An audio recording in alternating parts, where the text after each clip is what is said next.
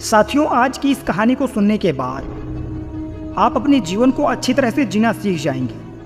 साथ ही आप अपनी ज़िंदगी से सारे दुख और अपनी तमाम परेशानियों को दूर कर पाएंगे। और साथ ही मैं आपको अपने जीवन में खुश और प्रसन्न रहने का कारण भी बताऊंगा। इसीलिए आप इस कहानी को अंत तक जरूर सुनें। एक बार की बात है, एक व्यक्ति जो कि बहुत अशांत और अपने जीवन की छोटी छोटी समस्याओं से बहुत परेशान था। वह एक सन्यासी के आश्रम में रहने के लिए आता है। आश्रम की शांति में 2 दिन बिताने के बाद वह उस सन्यासी से प्रार्थना करता है कि हे मुनिवर, मेरे मन में कुछ प्रश्न उठ रहे हैं जिसकी वजह से मैं बहुत अशांत और परेशान हूँ। मैं आपसे उन प्रश्नों के उत्तर जानना चाहता हूँ। सन्यासी ने कहा, पूछो, क्या प्रश्न है तुम्हारा? व्यक्ति ने कहा, मैं अपने जीवन से बिल्कुल भी खुश नहीं हूँ। दुखों और मुसीबतों के पहाड़ ने मेरे जीवन को नर्क बना दिया है। मेरी ज़िंदगी में कुछ भी अच्छा नहीं चल रहा, कुछ भी। मैं आपसे जानना चाहता हूँ कि आखिर मेरे साथ ही ऐसा क्यों हो रहा है? मैं इतना अभागा क्यों हूँ? सन्यासी ने कहा, सबसे पहले तो तुम ये बताओ कि तुम्हारे इस दुख का कारण क्या है? वो कौन सी चीज़ें हैं जिसने तुम्हें इतना व्याकुल और चिंतित कर रखा है? सन्यासी के प्रश्न के बारे में थोड़ी देर सोचने के बाद व्यक्ति ने कहा, मुनिवर, ये कैसा बेतुका सवाल है। मैंने आपसे प्रश्न किया और आप उत्तर देने के बजाय मुझी से प्रश्न कर रहे हैं। व्यक्ति की बात सुन सन्यासी मुस्कुराई और बोली, दुख तुम्हारा है तो इसका कारण भी तुम्हें ही पता होना चाहिए। अगर तुम्हारे दुख का कारण तुम्हें ही नहीं पता तो तुम मुझसे कैसे उम्मीद कर सकते हो कि मुझे तुम्हारे दुख का कारण पता होगा? व्यक्ति ने कहा, मुनिवर, लेकिन लोग तो कहते हैं आप भगवान हैं, आपको तो अथाह ज्ञान की प्राप्ति है, आप तो लोगों के मन को पढ़ लेते हैं, फिर आपको तो मेरे दुखों का कारण पता ही होगा। सन्यासी हल्का सा मुस्कुराई और फिर गंभीर आवाज में बोली, यही तो तुम सबसे बड़ी गलती कर रहे हो। तुम सोच रहे हो कि कोई और आएगा और तुम्हारी सारी समस्याओं से तुम्हें छुटकारा दिला देगा, लेकिन ऐसा कभी नहीं होने वाला। अगर तुम्हारी परेशानियों से तुम्हें कोई छुटकारा दिला सकता है तो वो तुम खुद हो। तुम्हें लगता है कि मैंने कठिन तपस्या से जो ज्ञान अर्जित किया है, इससे मैं तुम्हारी समस्याओं को खत्म कर सकता हूँ। नहीं, मैं भी तुम्हारे तरह ही हूँ। बस फर्क ये है कि मेरे अंदर कोई उलझन शेष नहीं है, सब कुछ स्पष्ट हो चुका है। और जिस दिन तुम्हारे अंदर भी सारी उलझनें समाप्त हो जाएंगी, उस दिन से तुम्हें भी अपनी समस्याओं के समाधान के लिए किसी महात्मा या सन्यासी के पास जाने की जरूरत नहीं पड़ेगी। सन्यासी ने व्यक्ति से पूछा, क्या तुमने कभी किसी पुष्प को देखा है? या सुन व्यक्ति आश्चर्यचकित होकर बोला, मुनिवर, पुष्प तो एक साधारण सी चीज है, उसे तो सभी ने देखा है। सन्यासी ने कहा, पुष्प भोर सवेरे अंधकार में बस एक कली होता है। दिन के उजाले में खिलकर वह एक पुष्प बनता है और शाम होते होते मुरझाकर गिर जाता है। अगर पुष्प इस बात की चिंता करता रहे कि शाम तक तो उसे मुरझाकर गिर ही जाना है, तो वो कभी भी खिल नहीं पाएगा। इसी प्रकार अगर तुम हर समय सिर्फ अपने दुखों के ही बारे में सोचते रहोगे तो तुम कभी भी खुश नहीं रह पाओगे। अगर तुम थोड़ा ध्यान से देखो तो तुम पाओगे कि अब भी तुम्हारे जीवन में ऐसी बहुत सी चीज़ें हैं जिनके लिए तुम अभी खुश हो सकते हो, जिनके बारे में सोचकर तुम मुस्कुरा सकते हो, अंदर से खुश हो सकते हो। तो मैं तुमसे कहना चाहता हूँ कि तुम अपने जीवन की कमियों के बजाय अपने जीवन की उन अच्छाइयों पर ध्यान दो। अगर तुम्हें अपने जीवन में खुशी चाहिए तो तुम्हें इस शाश्वत नियम का पालन करना ही पड़ेगा। जीवन की अच्छी और सकारात्मक चीज़ों की तरफ ध्यान देना ही पड़ेगा। मैं वो केवल तुम्हें रास्ता दिखा सकता हूँ, उस रास्ते पर चलने का तरीका बता सकता हूँ, लेकिन अगर तुम खुश रहना चाहते हो तो उस रास्ते पर चलना तो तुम्हें ही पड़ेगा। बुद्ध के मुंह से ऐसी बात सुनने के बाद वह व्यक्ति थोड़ी देर तक शांत बैठा रहा। फिर उसने कुछ देर तक सोचते हुए कहा, लेकिन ऋषिवर, एक बात मेरे समझ में नहीं आ रही। क्या मेरे जीवन की सारी समस्याओं का समाधान एक ही बार में किया जा सकता है? सन्यासी ने बहुत ही शांति से जवाब देना शुरू किया। मान लो कोई भविष्य देखने वाला व्यक्ति तुम्हें बता देता है कि आज शाम तक तुम्हारी मृत्यु निश्चित है, तो क्या ये जानने के बाद तुम उन बातों की चिंता करोगे जिनके बारे में सोचकर अभी चिंतित हो रहे थे? नहीं, तुम्हें कोई ऐसी समस्या याद नहीं आएगी जिसके लिए तुम अभी चिंतित हो रहे हो, क्योंकि उस समय तुम केवल जीवन की उस सच्चाई के बारे में सोच रहे होगे जिसे लोग मृत्यु कहते हैं। और अचानक तुम्हें महसूस होगा कि जिन छोटी छोटी बातों को तुम अपने जीवन की सबसे बड़ी समस्या समझकर बैठे थे, वो तो कुछ भी नहीं थी। अचानक तुम्हें लगेगा कि चिंता करना तो व्यर्थ है, मैं तो शाम तक इस दुनिया को छोड़कर जाने वाला हूं। और तुम्हें अपने जीवन के सारे पल व्यर्थ लगेंगे जो तुमने चिंता, जलन और बेवजह के दुखों में बिताए थे। लोग बोलते तो हैं, लेकिन वो कभी भी अंदर से स्वीकारते नहीं कि एक दिन तुम्हें भी इस दुनिया को छोड़कर जाना है। उनकी चाहत, उनकी इच्छाएं इतनी मजबूत होती हैं कि वो खुद को अमर मान लेते हैं। खुशी और दुख दोनों ही कभी स्थायी नहीं हैं। यह हमारे कर्मों, विचारों की वजह से पैदा होते हैं। व्यक्ति जोगी सन्यासी की बातों को पूरा ध्यान लगाकर सुन रहा था। उसने बीच में रोकते हुए कहा, मुनिवर, तो क्या आपके कहने का अर्थ ये है कि मैं हमेशा ये सोचता रहूं कि मैं मरने वाला हूं? और क्या ये सोचना मेरी सारी समस्याओं को खत्म कर देगा? सन्यासी ने कहा, नहीं, ऐसा कभी मत सोचो। बस तुम्हें यह स्वीकार कर लेना है कि इस दुनिया में मेरी उपलब्धि अनिश्चित है, और जब तक मैं यहाँ हूँ एक खुश जीवन जीऊँगा। जो भी अच्छी चीज़ें तुम्हारे जीवन में हो रही हूँ या हैं, उसके साथ जियो। वो तुम्हें अंदर से खुशी और शांति देगी।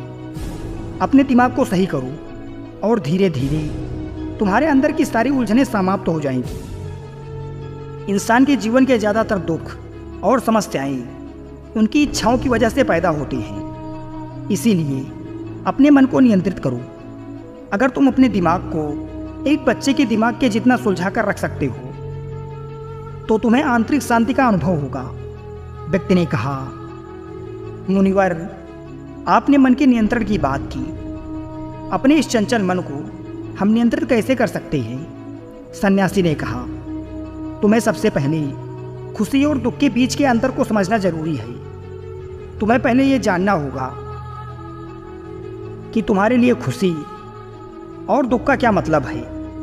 फिर इसके बाद अभ्यास के द्वारा तुम्हें अपने मन को ऐसे तैयार करना है कि ज़्यादा खुशी के मौके पर ये ना तो बहुत ज़्यादा खुश हो और ना ही दुख आने पर बहुत ज़्यादा दुखी।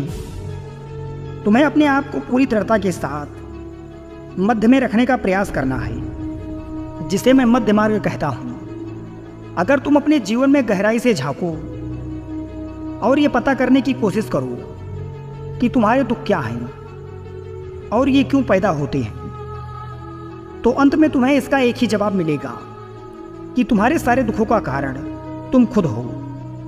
तुम्हारी इच्छाएं, तुम्हारी चाहत, तुम्हारा लगाव भी तुम्हारे सारे दुखों का कारण है, क्योंकि मन ही तुम्हारी सारी चाहत, सारी इच्छाएं पैदा करता है। इसीलिए अगर तुमने अपने मन को नियंत्रित कर लिया तो तुम्हारे सारे दुख खत्म हो जाएंगे।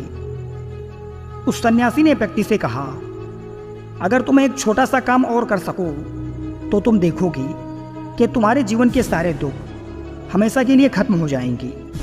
सन्यासी के मुंह से ऐसी बात सुनने के बाद व्यक्ति ने उत्साहित होते हुए कहा, मुझे क्या करना होगा मुनिवर? सन्यासी ने कहा, अगले 2 दिनों तक तुम किसी से बात नहीं करोगी और 2 पेपर लेकर आश्रम की एक जगह पर बैठ जाओगी। वहां शांति से बैठकर तुम्हें सोचना है और पहले पेपर पर उन सारे दुखों के बारे में लिखना है जो तुम्हें परेशान कर रहे हैं, और साथ ही तुम्हें उन सभी दुखों का कारण भी लिखना है। और दूसरे पेपर में तुम्हें उन सारी खुशियों के बारे में लिखना है जो तुम्हारे जीवन में अभी हैं। और साथ ही तुम्हें इसका कारण भी लिखना है कि तुम्हें ये खुशी क्यों आई। जल्दबाजी करने की कोई ज़रूरत नहीं है, तुम्हारे पास काफ़ी समय है, तुम आराम से सोच सकते हो। जाओ और जाकर आराम से सोचो और लिखो। व्यक्ति ने सन्यासी को प्रणाम किया और जाकर आश्रम के एक कोने में बैठ गया। 2 दिनों बाद वह उस सन्यासी के पास वापस आया। उसके हाथ में काफ़ी सारे पेपर थे। सन्यासी ने उसे देखते ही कहा, सबसे पहले मुझे तुम्हारे दुखों वाले कागज को पढ़कर सुनाओ। व्यक्ति ने पेपर पढ़ना शुरू किया।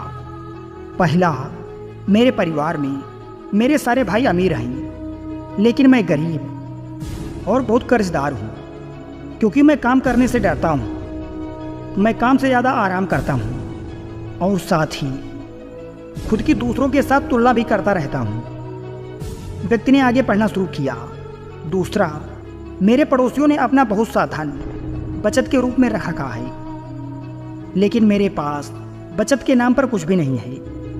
इसका सबसे पहला कारण ये है कि मैं बहुत ही कम काम करता हूँ, जिसकी वजह से मैं बहुत थोड़ा ही कमा पाता हूँ, लेकिन मैं खर्च बहुत ज़्यादा करता हूँ अपनी गलत संगत की वजह से, जिसका परिणाम ये है कि आज मेरे पास बचत के नाम पर कुछ भी नहीं है। तीसरा, मेरी पत्नी बहुत लंबे समय से बीमार है और इसकी इस बीमारी का कारण मैं खुद हूँ, क्योंकि अपनी लापरवाही की वजह से मैं कभी भी उसे वैद्य के पास नहीं ले गया। मैंने उसे किस्मत के भरोसे छोड़ दिया। लेकिन सच्चाई तो ये है कि कहीं ना कहीं मेरे अंदर यह चाहत है कि अगर मेरी पत्नी की इस बीमारी की वजह से मौत हो जाती है तो मैं किसी दूसरी सुंदर स्त्री से विवाह कर लूँगा।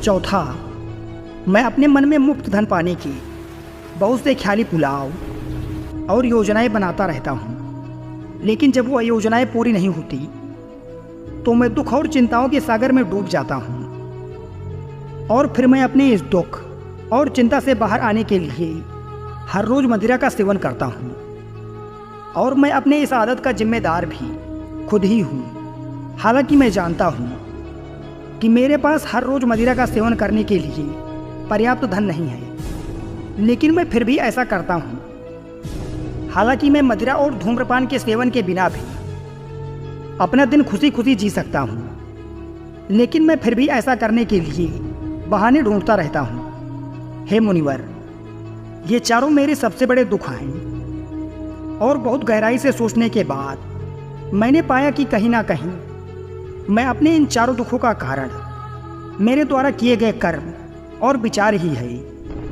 यह सुनने के बाद वह सन्यासी मुस्कुराए और बोले, अच्छा, अब तुम मुझे अपना खुशियों वाला कागज पढ़कर सुनाओ। इस बार व्यक्ति ने बहुत ही उत्साहित होकर पढ़ना शुरू किया। पिछले 2 दिनों के दौरान मैंने जो भी जाना और अनुभव किया वह मैंने अब तक की अपनी पूरी जिंदगी में कभी नहीं किया।